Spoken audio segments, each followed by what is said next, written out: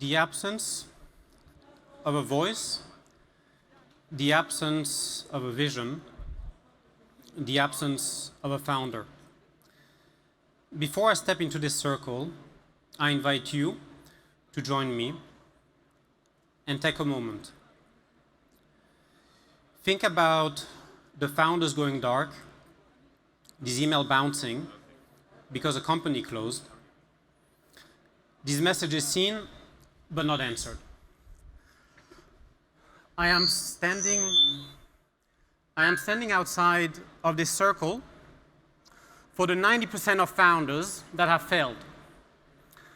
Their loss was for your gain. They wanted you to gain better convenience, better pricing, better experience. I am standing in front of you today strengthened by the understanding of my own weakness. I am here to share my story, a story that paradoxically is uniquely common amongst all founders. How so?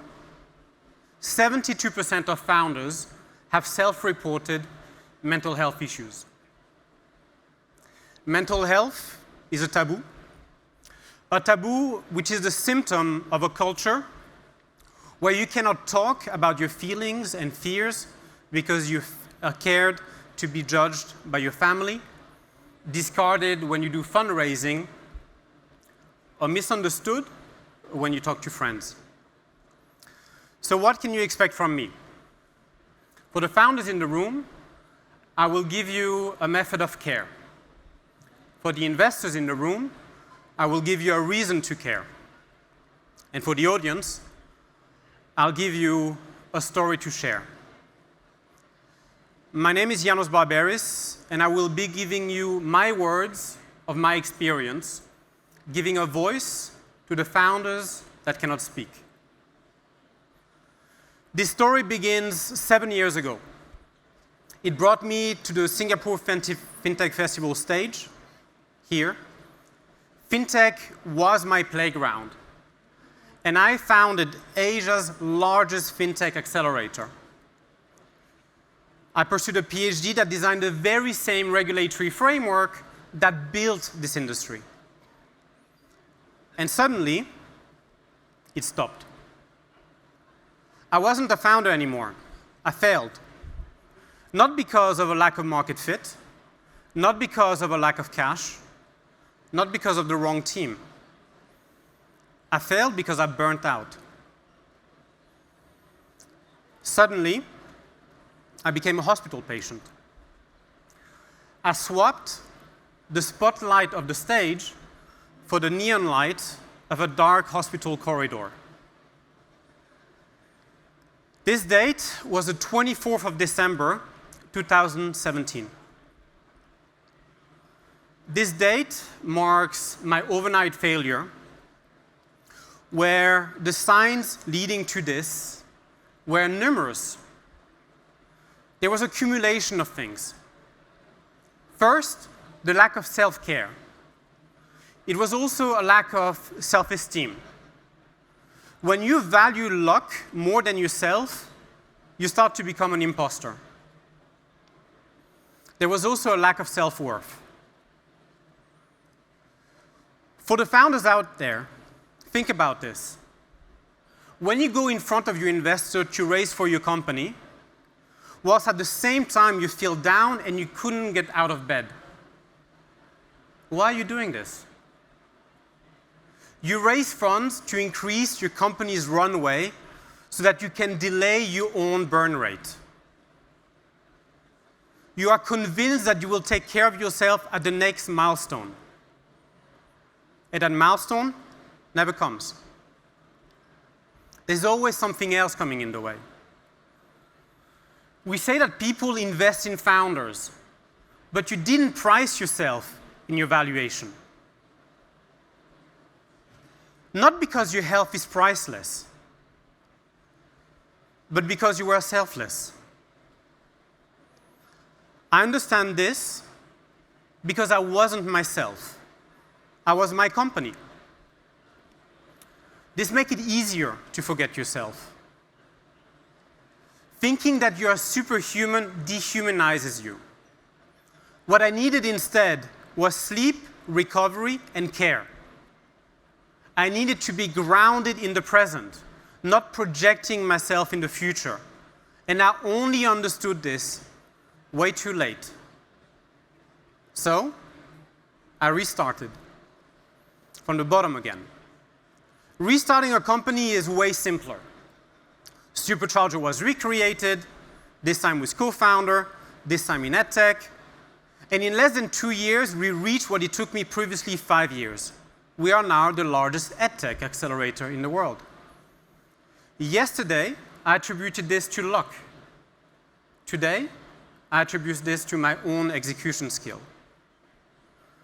However, the harder part was still ahead for me. To help me was my family, Freudy, and the mountain in Austria. I knew how to rebuild, but I didn't know how to recover. So the first summit I had to climb was physical. This was the easiest one.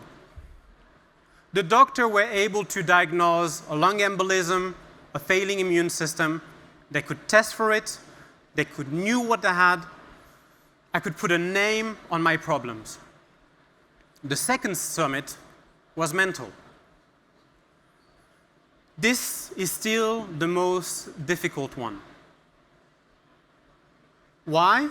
Because you can see a broken arm, but how can you see a broken mind? So I broke down the problem in 3 steps: awareness, action, and access. Awareness, my mind was injured, but I couldn't accept it. The same mind that sparked so much value and was a source of so much darkness for me. The same mind that was able to think of an entire industry was not working. I am not alone in being alone.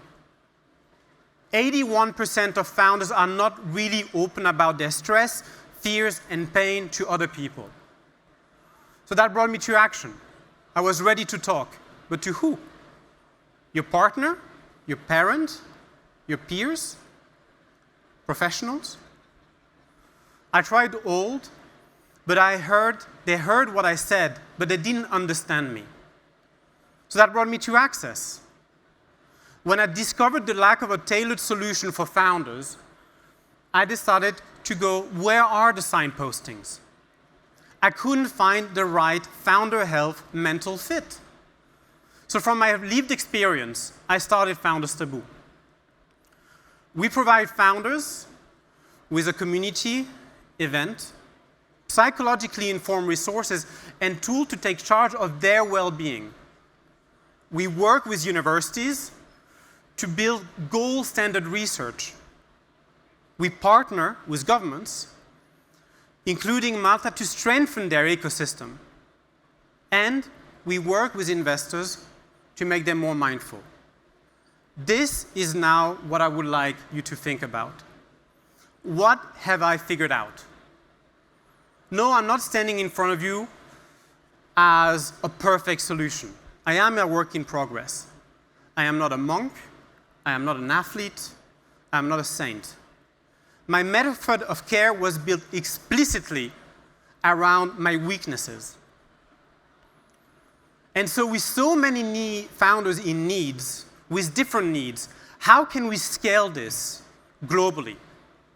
The answer is money. Let me explain.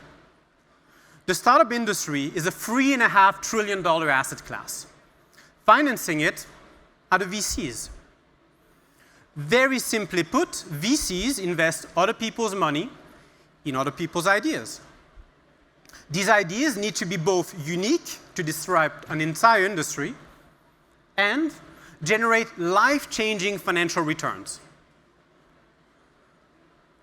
Founders' mental wealth comes from our mind's ability to picture a clear vision and drive a perfect execution. But our capacity to think is exactly what we lack when our minds are clouded. How clouded, you may ask? Let me surprise you.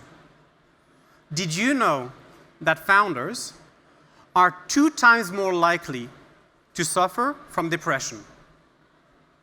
That founders are 6 times more likely to suffer from ADHD? That founders are 3 times more likely to suffer from substance abuse? That founders are 10 times more likely to suffer from bipolar? That founders are 2 times more likely to have suicidal thoughts? Now you know. Not acting is not just unacceptable, it's unsustainable for the VCs that want to serve their LPs and their founders. 7% of founders fail because of burnout. We are not just destroying value, losing billions of dollars to LPs every year. We are robbing the future of a better tomorrow. Founders are suffering and their business is suffering with them. It doesn't have to be this way. Why is it that top professional athletes, after signing million-dollar contracts, have an entire support network of coaches, therapists, nutritionists, optimizing only one thing, their performance? By contrast, what do founders receive after raising millions of dollars, disrupting billion-dollar industries, and being responsible for thousands of employees? I think you already know the answer. At best, not enough. At worst, nothing. VCs, just like startups, need to remain competitive and need to differentiate themselves.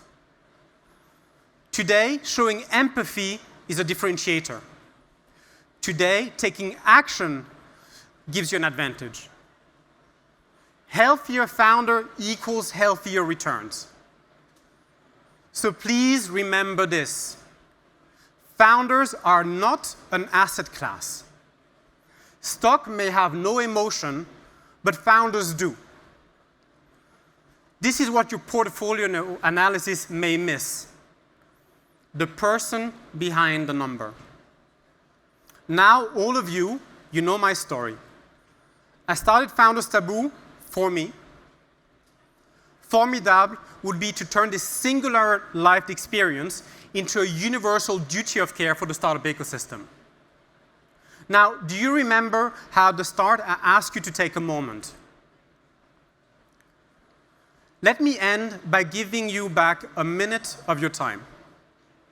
A minute to start a movement. Reach out for your phones. Reach out to a founder and ask them, are you okay? We now made this circle of trust and empathy bigger. Let's break this taboo together. Thank you.